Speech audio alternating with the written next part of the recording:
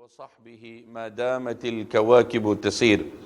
أما بعد فقد قال الله تبارك وتعالى في القرآن المجيد والفرقان الحميد: أعوذ بالله من الشيطان الرجيم، بسم الله الرحمن الرحيم. قال رب السجن أحب إلي مما يدعونني إليه وإلا تصرف عني كيدهن أصب إليهن وأكن من الجاهلين. فاستجاب له ربه فصرف عنه كيدهن إنه هو السميع العليم. صدق الله العظيم.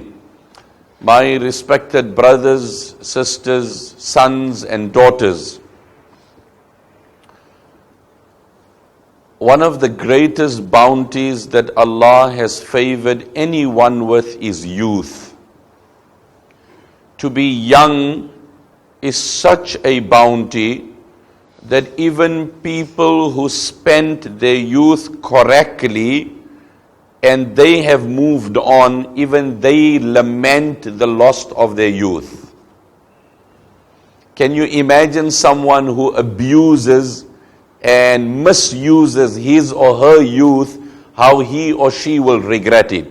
So somebody during his youth was a good person, was a focused individual, made the best of his youth and moved on. Ask him, he also wishes I can be young. Sayyidina Ali radiyallahu anhu said, نِعْمَتَانِ لَوْ بَكَتِ الدِّمَاءَ عَلَيْهِمَا عَيْنَايَ حَتَّى تَأْذَنَا بِذِهَابِي لَمْ تَبْلُغِ الْمِعْشَارَ مِنْ حَقَّيْهِمَا لَمْ تَبْلُغِ الْمِعْشَارَ مِنْ حَقَّيْهِمَا فَقْدُ الشَّبَابِ وَفُرْقَةُ الْأَحْبَابِ. There are two bounties. They are such. If I were to cry so much that I lose my vision, I become blind, even the loss of my vision will not express 1/10 of my regret. Generally, when a person cries for someone, he says, oh, he's really missing him. He's actually going to become sick. He's going to become ill. He's going to lose his sanity. He's going to lose his vision. If I cry so much that I become blind, لم تبلغ المعشارة من حقيهما, it will not even express 1/10 of my regret. فقد الشباب, my youth is gone. Sayyidina Ali radiyallahu anhu, from all the khulafa, was that khalifa in whose life he accepted Islam as a child. So he was in obedience. He was around the Prophet ﷺ. His youth was spent the best way. He was this amazing individual, the conqueror of Khaybar. When the Prophet ﷺ and the Sahaba went and there was no victory on the occasion of Khaybar. And in the night they returned and they retired to bed. And Nabi sallallahu alayhi wasallam said, لَأُعْطِيَنَّ الرَّايَةَ غَدًا رَجُلًا يُحِبُّ اللَّهَ وَرَسُولَهُ وَيُحِبُّهُ اللَّهُ وَرَسُولُهُ. Tomorrow I'll give the flag to a young man. This man is such that he loves Allah and he loves the Prophet sallallahu alayhi wasallam. And Allah and His Prophet sallallahu alayhi wasallam loves him as well. So everybody at that night was waiting, who's going to get this honor? Umar radiyallahu anhu said, مَا تَمَنَّيْتُ الْإِمَارَةَ قَطُّ إِلَّا ذَاكَ الْيَوْمِ. My whole life I never wanted to be a leader. I never aspired. But that day I was hoping, because the Prophet ﷺ gave this great honor, that the man who takes the banner tomorrow, victory will come at his hands. And the next day Nabi ﷺ called Sayyidina Ali radiyallahu anhu. The point I'm saying to you, my young brother, and to you, my young sister, is that Allah has given you an age that what you can do now is something you'll never able to do. What ability, what strength Allah has given you is something you're going to capitalize on it. لَيْتَ الشَّبَابِ يَعُودْ فَأُخْبِرُهُ بِمَا فَعَلَ الْمَشِيبُ. The Arabic poet said, after aging, I wish my youth can come back to me, so I can confide in my youth and tell my youth how nasty old age has been to me. Since I became old, my body is aching, my hair is falling, my teeth are going, this is happening, that is happening. When the Prophet Musa alayhi salam came with his message, The Quran said those that responded were youth only. فَمَا آمَنَ لِمُوسَى إِلَّا ذُرِّيَّةٌ مِّن قَوْمِهِ. It was a handful of youth. And that very youth went forward and mobilized. And thereafter Musa alayhi salam had an army of more than 600,000 people. And let me tell you something, my brother and my sister. I have kids that are of young age, and you pray for them, I pray for you.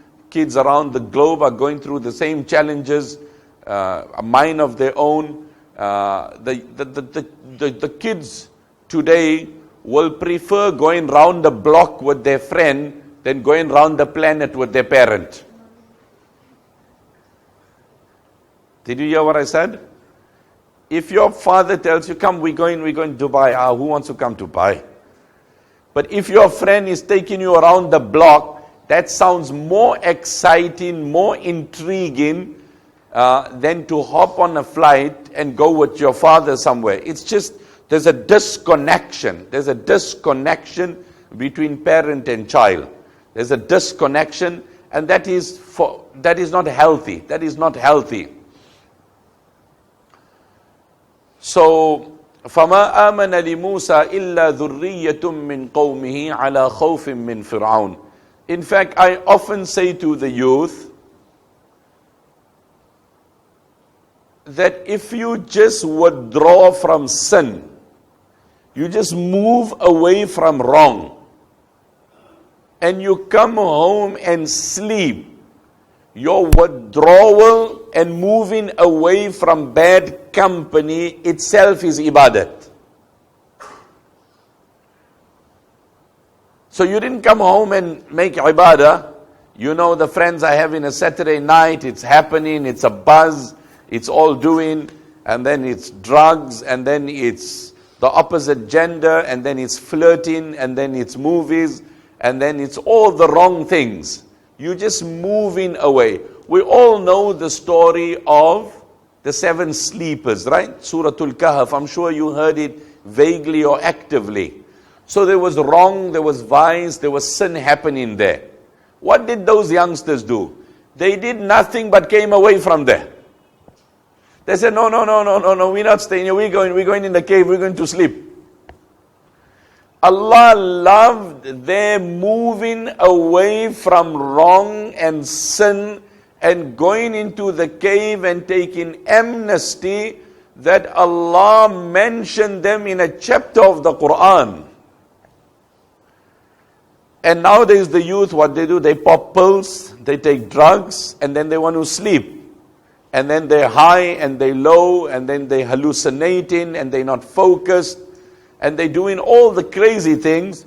These youngsters went in the cave and Allah gave them peaceful sleep without chemicals and drugs. They were not popping pills and then going high and low. And may Allah protect. I deal with a lot of youth that have succumbed to substance abuse. And you know what's the challenge, my young brother and my young sister? The age in which you are going through, there is this element of curiosity. And there isn't the balance of sanity. So there's nothing to fear. You are at an age of you daring, you challenging, you adventurous. There's adrenaline. You want to prove others, or you want to prove yourself also. Let me try. Who said? Let's just see. Let's go for it. Let's see how it is. So often people are taken into the wrong out of curiosity. And then it becomes habit forming, and then you're addicted. So when the Prophet Musa alayhi salatu wasalam went, and the person by the name of Samiri who instigated the worship of the calf, when Musa alayhi salam asked him, why did you do this? He said, وَكَذَلِكَ سَوَّلَتْ لِي نَفْسِي. I just felt like doing it. You know, one person had a nice thing. Not just do it, just nikah it. Just nikah it. Not just do it, just dua it. The message out there is just do it. So can you imagine the world in which we live, how irresponsible marketing is? There's a young man, he's cooking thoughts, his mind is running in different, and that's the devil. When the devil wants you to do a sin, he plans the whole thing for you. I'll tell my teacher this, I'll tell my mom this, I'll tell my brother this. He works this plan out perfectly well, how you're going to hook up, and how you're going to meet up, and how you're going to flirt, and how you're going to date, and how you're going to court, and how you're going to pop, and how you're going to do this and that. He works the whole thing out. You know, like the world's going to come to a standstill. I'm the architect here. I'm designing this whole thing here. But you don't realize how naive and foolish you are. You don't know. And that's why we say that as a child, you need guidance. You need guidance. When the brothers of Yusuf, alayhi salam, they became jealous of their brother Yusuf. And they said, no, our father loves him, so we need to do something and we need to change things. It's an easy way. The father says he's afraid that the wolf will devour him. So one day we take him with us, we go on a picnic, we make up a story that the wolf ate him. So we tap into the fears of our father. You know the mind. Kids they got something up their sleeve. They always got something happening. So anyway, they go, and then they come back, and they drop him in the well. And this because they wanted to take away their father's attention from the brother. My father likes him only. As long as you believe your parent likes one child more than the other, that's a sign you haven't matured. It only takes you to become a parent to know what an absurd remark that is. How can one parent like a child different to the other? There might be isolated cases where unfortunately parents have a prejudice, or they are unfair, or they are biased. But by and large, averagely, every parent, Allah has made us such that we love our children equally. But that's the norm and the nature of children. No, my dad favors him, my mom likes him, don't do. I'm the black sheep of the family, I'm a delinquent, I'm a dropout, they don't like me. So I just rather you know what, go bust my life out here. Who cares? I slit my wrist here and I'm suicidal. Whoa, whoa, whoa. I don't know, maybe here the youth are better. Mufti Javed will tell me. So what the youth did, they dropped him in the well, and then they slaughtered a lamb, they took the blood, they stained it. I'm saying how when you want to do wrong, you work it out, but you don't realize the holes in your logic. You don't realize the holes in your logic. I know back home we see it, the kids, they take the drugs, then they take eye drops, they put it in their eyes, so the eyes don't look red. Then they use chemicals to dilute the urine, so that when you send it to the lab, it doesn't reflect positive for the drug that you're testing. Hello? Hello? Yeah, that's the youth. So I know of a youngster, the family called me in, so we needed to do a urine test to see what chemicals he was taking, because his behavior was not in order. His behavior was not in order. And that's why we're having this program, and I'm talking to you frankly, because I want you to connect. I want you to connect. Today people have gone on the internet, they've made this one their confidant, that one their accomplice, and we hear of sad stories, people committing suicide, doing strange things. We hear of intellectual apostasy, where people losing their faith through different articles, different websites, questioning their iman. So this is the time we need to connect, we need to engage, we need to find direction. So the youngster goes in the loo, he goes in the washroom, and the dad is like waiting outside. I'm waiting for a urine sample, I need to send it to the lab. We need to test you if you're taking drugs or anything. Gets the urine sample, negative. Whoa. On inquiry, what he did was, he had the window open, his brother sends his urine sample through the window. I was involved in the case myself. I personally. So he goes in, close the door, the dad is waiting here, because unfortunately those that take drugs, they're very manipulative. They lie, they distort, this is how they operate. This is how they operate. So he had his brother outside, he passes urine, passes the bottle through there, opens the door, here's it, negative, wait, this thing doesn't tie up. But my brother and my sister, sin is a dark road. Sin is a vicious circle. Nobody who sinned was happy. It brings you to misery. It brings you to a dead end. It brings you to abrupt ending. Wallahi ahlul layli fi laylihim aladhu min ahli lahwi fi lahwihim. The Arabic poet said, those who spend their nights in worship and devotion and who suppress their evil desires and they burn their craves and their desires and they submit it and they suppress it for the pleasure of Allah. Their spiritual ecstasy is far more wholesome than the fake pleasure the sinful get dancing on the floor of the club the entire night. So the brothers of Yusuf, they come back, they bring the garment of Yusuf, masbughan bid-dam, stained with blood. And they like crocodile tears. You know crocodile tears? وَجَاءُوا أَبَاهُمْ عِشَاءً يَبْكُونَ. And they come to their dad in the night crying like, oh, yeah, dad. Ya abana, inna dhahabna nastabiqu. وتركنا يوسف عند متاعنا فأكله الذئب وما أنت بمؤمن لنا ولو كنا صادقين.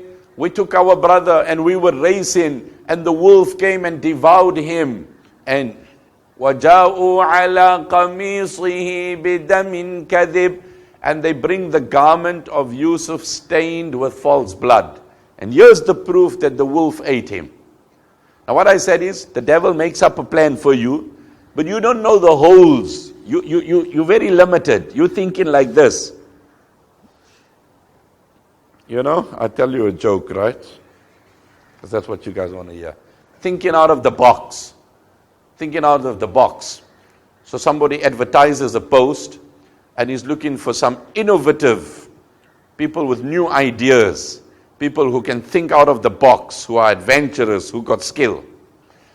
So the question is, like you're driving, and there are 3 people at a bus stand. And they want to see how you can think out of the box so that you can inject value into the business. Out of the 3, one is a person who had done you a favor in life, who you owed a favor to. And you were always waiting, this man had really done me a favor, I really need to do this person a favor. And this was your opportunity. The second was a sister who needed emergency help and she needed to be admitted into the hospital. And the third was a childhood girl or boy over whom you had a crush and a fantasy. So you had this infatuation over her or over him, and you were like, always, this was my dream girl and this was my dream boy, and if I wish I can get married, and it never happened. Now these 3 are at the bus stand, you driving by, you can only give a ride and a lift to one person. Think out of the box, how do you do it? The first person, you really want to do a favor because he did you a big favor. The second person needs to be rushed urgently to hospital. And the third person is the dream of your life, the fantasy of your life. So a young man always got something up his sleeve. He's like, teacher, that's easy. I'll get off the car. I'll give it to the man who I owe a favor to. I'll say, here's the car. Take the sick person to hospital. And myself and her will go for a walk. Thinking out of the box. Thinking out of the box. Here's the car. I owe you. You take the car. The gentleman or the sister next to you needs to go to hospital, drop her off, off you go, and off we go. My brother, my sister, trust me, there's no joy in sin. There's no pleasure in sin. You know, I'd say to the youth, if you fast whole day, and you fast properly, you're not smelling the food, you're not tasting the food, and you stay hungry, and you restrain yourself, then iftar time you can indulge happily. Iftar time, when you break your fast with a clear conscience, you can enjoy your meal. But if whole day you nibble, hello? If whole day you nibble, what you going to eat iftar time? There's nothing left to eat. Hello? You know what I'm saying, man? If you don't restrain yourself and you don't behave yourself, then at iftar, what will there be to do? But if you control, you manage yourself, you behave yourself, you restrain yourself, then you see the wholesome pleasure that Allah gives you. لَمْ تَرَ الْمُتَحَبَّيْنِ مِثْلَ النِّكَاحِ. The Prophet ﷺ said, you will never find a stronger bond between two people than the bond marriage brings. Not anything else. I was traveling and I read this article, The Misery of a Man. So whether he got married or it was his fiancée, I don't know. Anyway, he surprises his wife and he has her image tattooed on his back. Right? Now you know, tattoo is a very painful process, and of course for Muslims, tattoo is not permissible. Al-washimat wal-mustawshimat wal-namisat wal-mutanammisat. So he has his fiancée or his wife's image tattooed on his back. It cost him 8,000 euros. Article I read. The day of her birthday, she elopes and leaves him for another man. Now, if he keeps it, it's painful. He take it off, it's painful. And these are the stories happening every single day, back and forth. Coming back to this incident, they bring the garment, they give it to Yaqub alayhi salam, and they say, listen man, you know what we said, we're sorry, forgive us, this is what the wolf did, and here's the garment.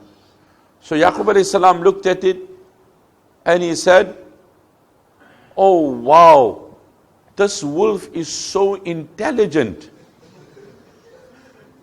It looks like it systematically unbuttoned the shirt. It stained it, but it didn't tear it anywhere. And they're like, whoa. We didn't think of that. We messed it with blood, but we're supposed to rip it. Because a wolf is not going to open it. What I'm saying to you is, when the devil makes you do a wrong, he gives you the notion that you've covered the holes. But you don't know how flawed your logic is. You don't know how shallow your thinking is. The one above you has been through it. He's advising you. He's telling you this is not the way you live. I've been through youth. He's telling you in strength. In English they say, just when you realize your father was correct, you have a son in your house who thinks you incorrect. Just like when you grow up and you mature, no, my mom was right, and your daughter is, Mom, you don't make sense. Oh, my daughter, I just got over that between me and your granny, and now you telling me that. Just when you realize that what the old folks were saying, you know what I always say to my sons? And I'm on your level in the sense, my eldest is 21, my second son is 19 and 17, and pray for them. So I know what these emotions are. Well, I think I know. I don't know, but I hope so I know. I always say to the youth, I said, see, whatever your father told you, and whatever your teacher told you, and whatever your senior told you, the reality of that will dawn upon you. That's life as you move on. You know, Muhammad Ali, the boxer, this one statement of his always resonates with me. It's a very profound statement. He said, the one who views the world at 50, the same as he viewed the world at 20, has surely wasted 30 years of his life. The eye at 20 is very mundane, is very materialistic. This is how it's driven, the world, the absolute. It's all about brand, it's all about color, it's all about fame. It's all about impressing. It's all about this. But as time evolves and you start growing and you maturing, you look at the same thing with a very different eye. You start looking, really, is it worth it? Do I go to this level? To what extent? So if you viewed the world at 20, and at the age of 50 you viewing the world the same, you wasted 30 years. Because your outlook of life has to change. Your outlook of life has to change.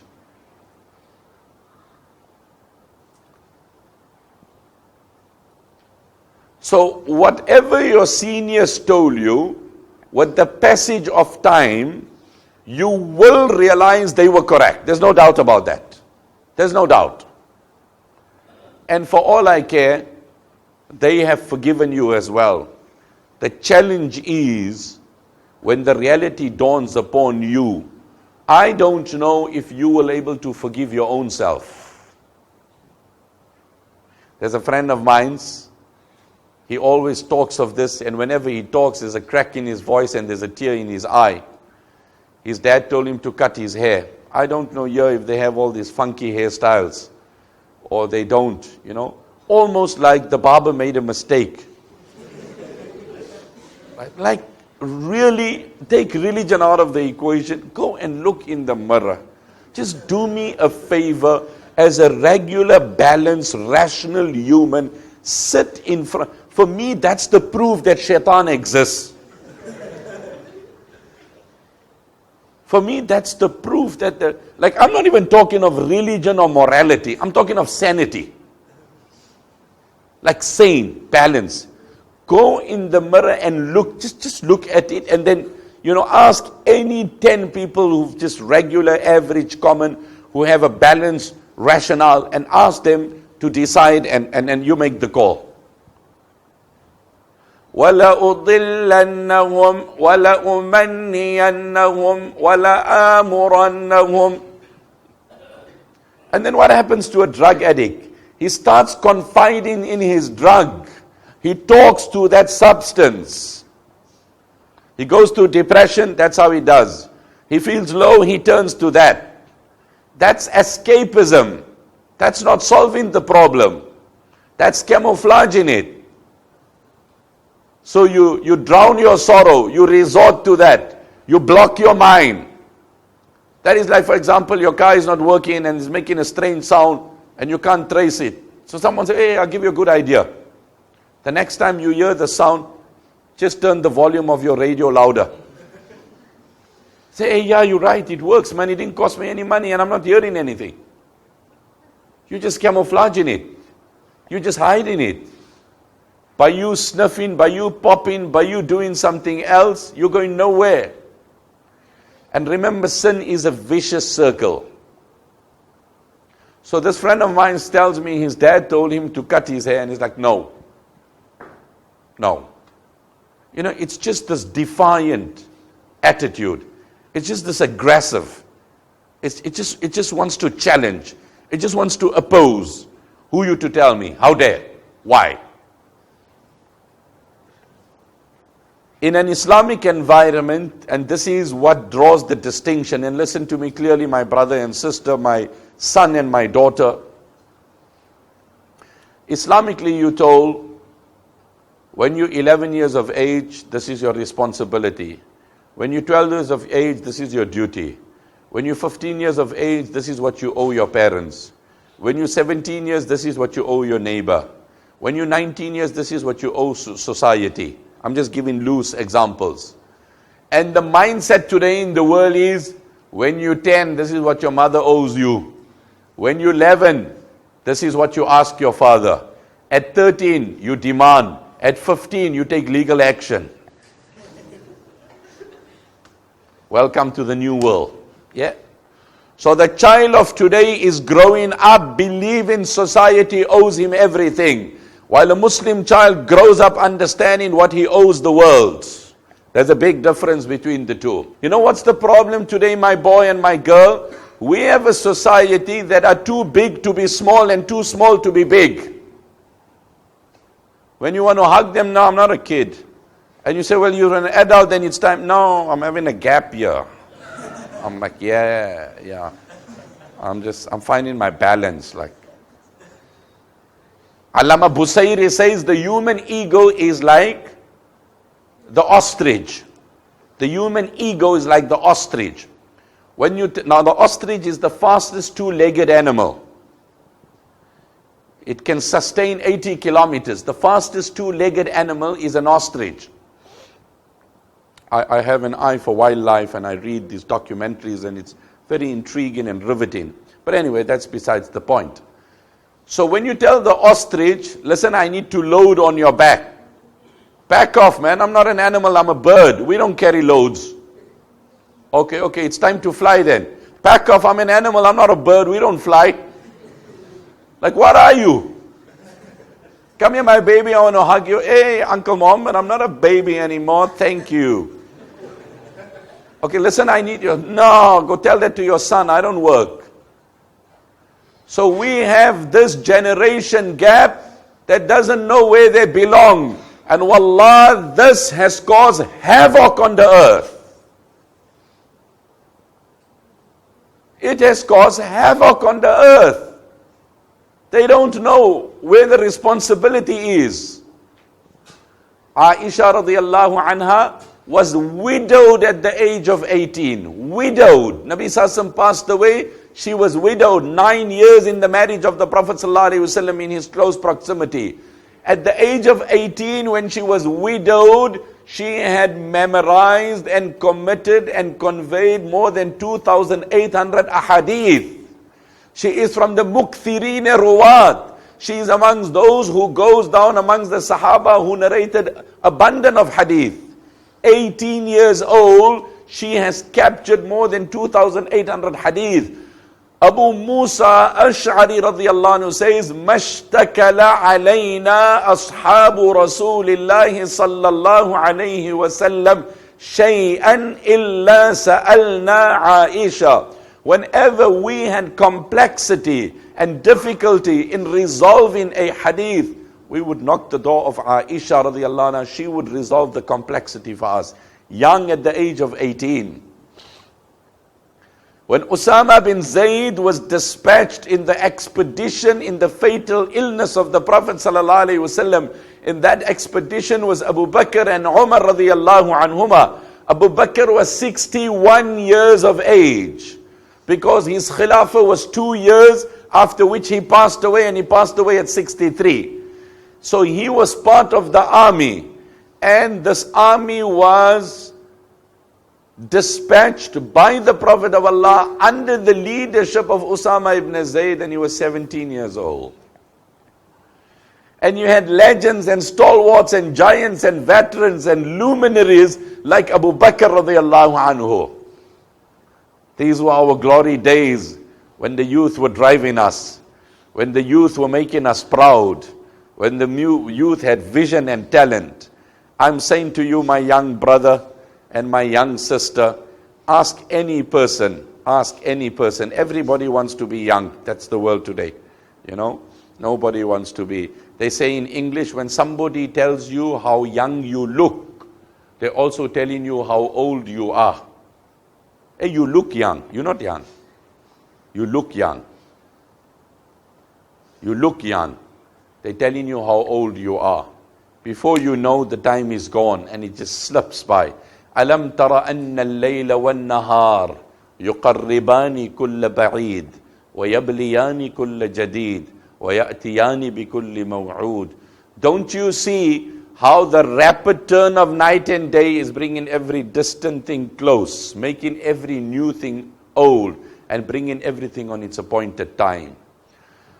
So my message to you, my young brother, my young sister, is value this youth. How you can win Allah in this time, nobody else can do it. حدثنا هيثم قال حدثنا إسماعيل بن عياش عن عبد الرحمن بن عدي البهراني عن يزيد بن ميسرة أنه قال إن الله تعالى يقول أيها الشاب التارك شهوته لي المتبذل شبابه من أجلي أنت عندي كبعض ملائكتي. Imam Ahmad says that I heard from Haytham. Haytham said I heard from Ismail ibn Ayyash. Ismail ibn Ayyash said I heard from Abdurrahman ibn Adi al-Bahrani. Abdurrahman ibn Adi al-Bahrani said I heard from Yazid ibn Maysara. Yazid ibn Maysara said that Allah says, O young man, in his youth, manage your youth, restrain your youth, control yourself, clip your wings, restrict yourself, and yourself and my malaika will enjoy the same rank. Can you imagine you elevated to the profile of the angels, that pure celestial creation of Allah subhanahu wa ta'ala? Because you're going through a hormonal spurt. You're going through a hormone change in your body. Your body is going through so many things. All your strength is at optimum. There's just energy that is budding in you. And intellect has been suppressed, has been overpowered. And that is why, if you control it, amongst the 7 people that will be given shade on the day of Qiyamah, Shabbun nasha'a fi ibadatillah.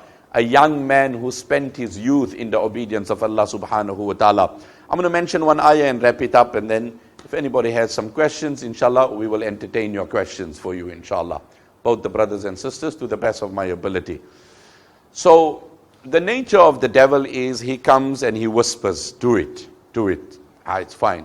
Hey, I'm feeling depressed. Yeah, I just need a lovely massage. Right? Yeah, I just need my hands are itching. I mentioned the other day, this youngster, he says, I had this contact with the girl and we broke up. And then he says, now, we don't speak, but when I get up for tahajjud, I send a message and I wake her up for tahajjud.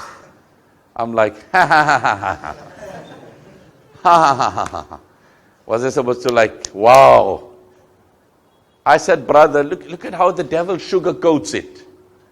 You shouldn't be talking to her. You shouldn't be having any contact. You're doing the wrong and then you're trying to appease yourself. So the devil is very, very smart. The devil is very, very smart how he operates his moves. كَمَثَلِ الشَّيْطَانِ إِذْ قَالَ لِلْإِنسَانِ اكْفُرْ. The example is like the devil, he says, make disbelief, make kufr, do wrong. So before doing a wrong, the devil kind of gives you this adrenaline. He gives you this push. He gives you this thrill. He gives you this fantasy. Just do it, man. You're going to see how good you're going to feel. While you're perpetrating the crime, you feel cool about it. And remember the Prophet ﷺ said before Qiyamah, that man ashrafa laha istashrafathu. That sin will be such, if you will like peep into it, you'll eavesdrop into it, you'll probe it, it will just draw you in.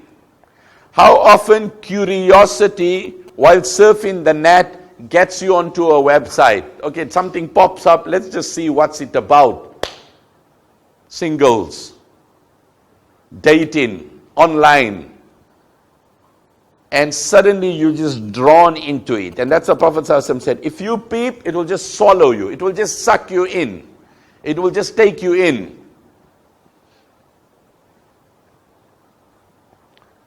So the devil tells you, before the battle of Badr, the devil came in the form of Suraqa, who was the leader of the Kinana tribe.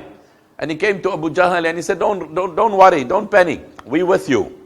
Before you committing a sin, you feel the sense of togetherness. You feel the sense of moral support. Your body is running with full energy. You're not feeling low, you're not feeling lame, you're not feeling depressed, you're not feeling... And let me say one word. The scholars tell us, before committing a sin, you must focus on the punishment of Allah and not the forgiveness of Allah. If you focus on the forgiveness of Allah before committing a sin, your minor will become major. Allah has forgiven those that made zina. I'm not doing zina, so it's fine. I'm okay. I'm not so bad.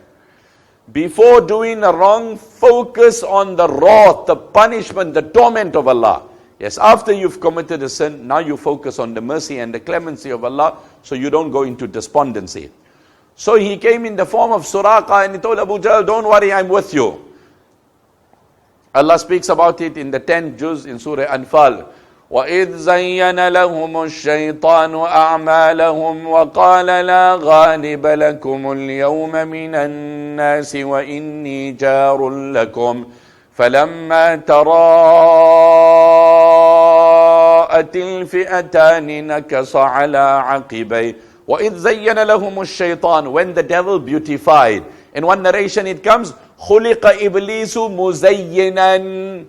All the devil can do is decorate. وَلَيْسَ إِلَيْهِ مِنَ الضَّلَالَةِ شَيْءٍ. He cannot mislead you. What he does is, he makes sin attractive. You know, sometimes some people, they give you a gift. The gift is simple, but the wrapping is expensive. He gives you a lousy pair of socks. Right? Nothing to write home about. Nothing fancy, but he packages it well.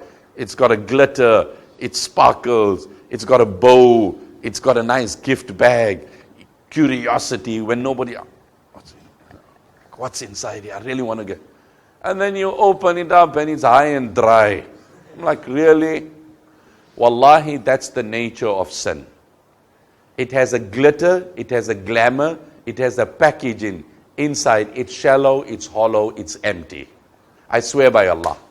Sin, chapter close. And let me be honest, my brother, you say it's difficult. I always say, we never said to give up sin is difficult, is easy. Always saying it's possible. Nobody said to give up. It's always easier to resist temptation than to succumb to it and wean yourself off it later. We are a nation addicted by our habits. The tobacco industry can boldly print the harm of cigarettes, yet not fear a drop in sales. So beware, causes cancer, not good for pregnant women, causes harm, pollutes the environment, boldly. So legally nobody can take action. The guy's in the shop, yeah. So can I have 2 packets of the one that causes cancer, please? Nobody advertises against themselves. You'll drop the sales. Even if they want to have a negative, they put it in a fine print. Here they put it loud, bold, on the advert. Kills, harms, causes cancer. No problem. Because people are addicted. Addicted. Allama Rumi says the man comes with a torch in the marketplace. He's shining it. People are, brother, what you up to, man? He says, no, I'm looking for humans. So I'm just looking for human beings. So he says, what are this? He said, these are all slaves to their egos. In English they say, there's a big difference between human being and being human. Some of us are human beings, but we're not being human. We're not behaving like humans. We're not behaving like humans. So what did the devil say to Suraka? To Abu Jahl, he came in the form of Suraka. He said, don't worry, we're with you, man. We're with you. He gives you the sense of he's behind you. He's all the way. I don't know, are the youth here into Jameen as well? Like, big time. My own kids are into it, so I don't talk too loud about it, you know.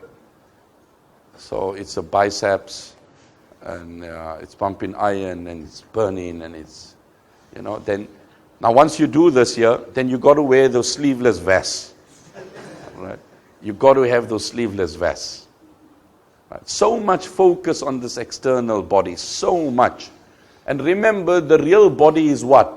Not this, it's the soul. Because this outward body is changing. You look at your baby picture, and you look at, no, that's not me. No, sorry, those days the cameras were not good, man.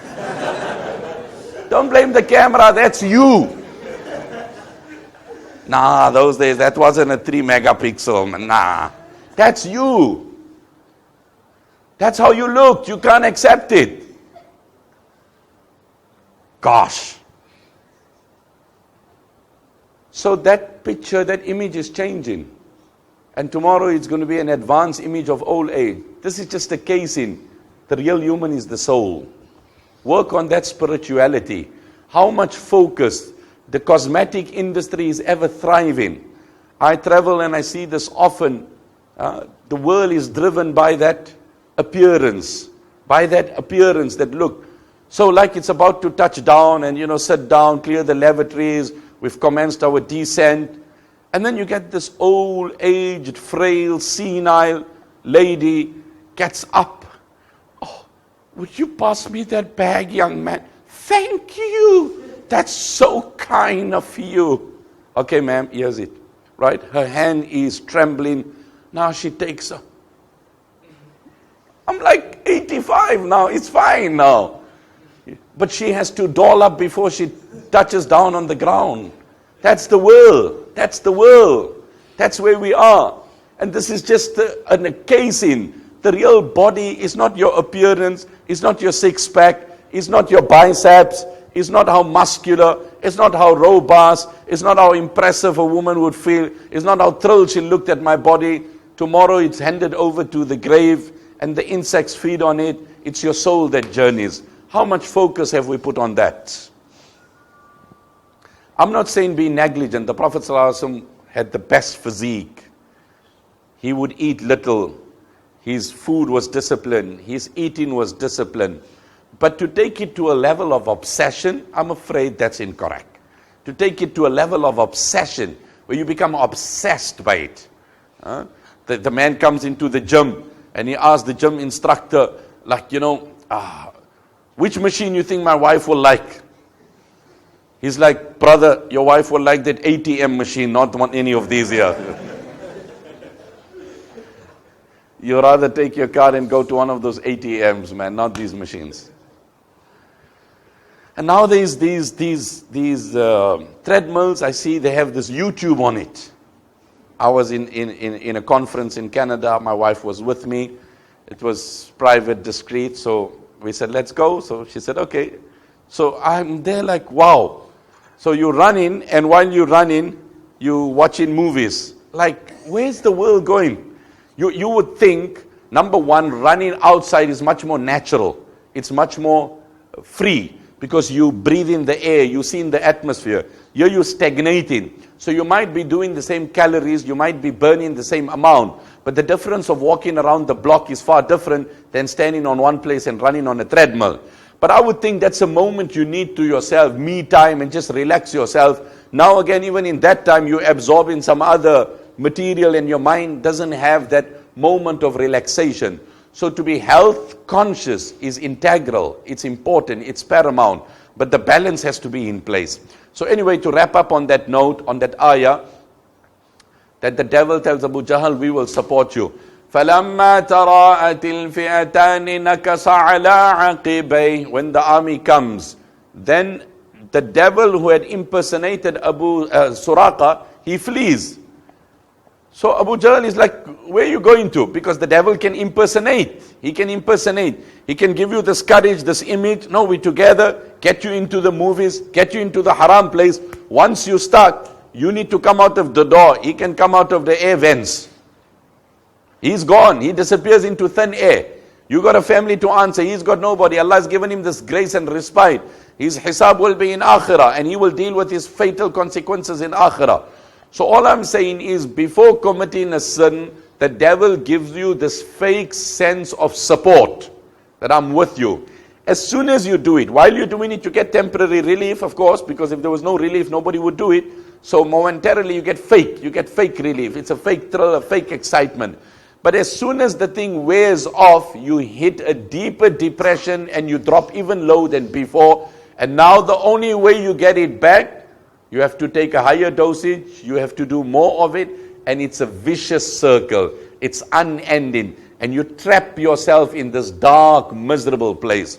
So we ask Allah subhanahu wa ta'ala to guide us all. May Allah protect you all. May Allah make you cross your youth in a way that when you look back in your life, you're proud of the days that you spent.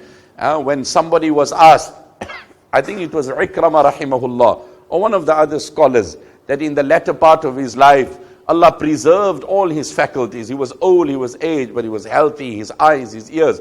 So someone asked him, what's the formula? He said, in our youth, we never disobeyed Allah with our limbs. So Allah preserved our organs for us till our last breath. In our youth, my gaze, my ears, my tongue, my hands, my legs, we did not disobey Allah with it. Allah preserved. Allah grant us all the tawfiq. Wa sallallahu wa sallim ala nabiyyina Muhammad wa ala alihi wa ashabihi ajma'in. Walhamdulillahi rabbil alameen.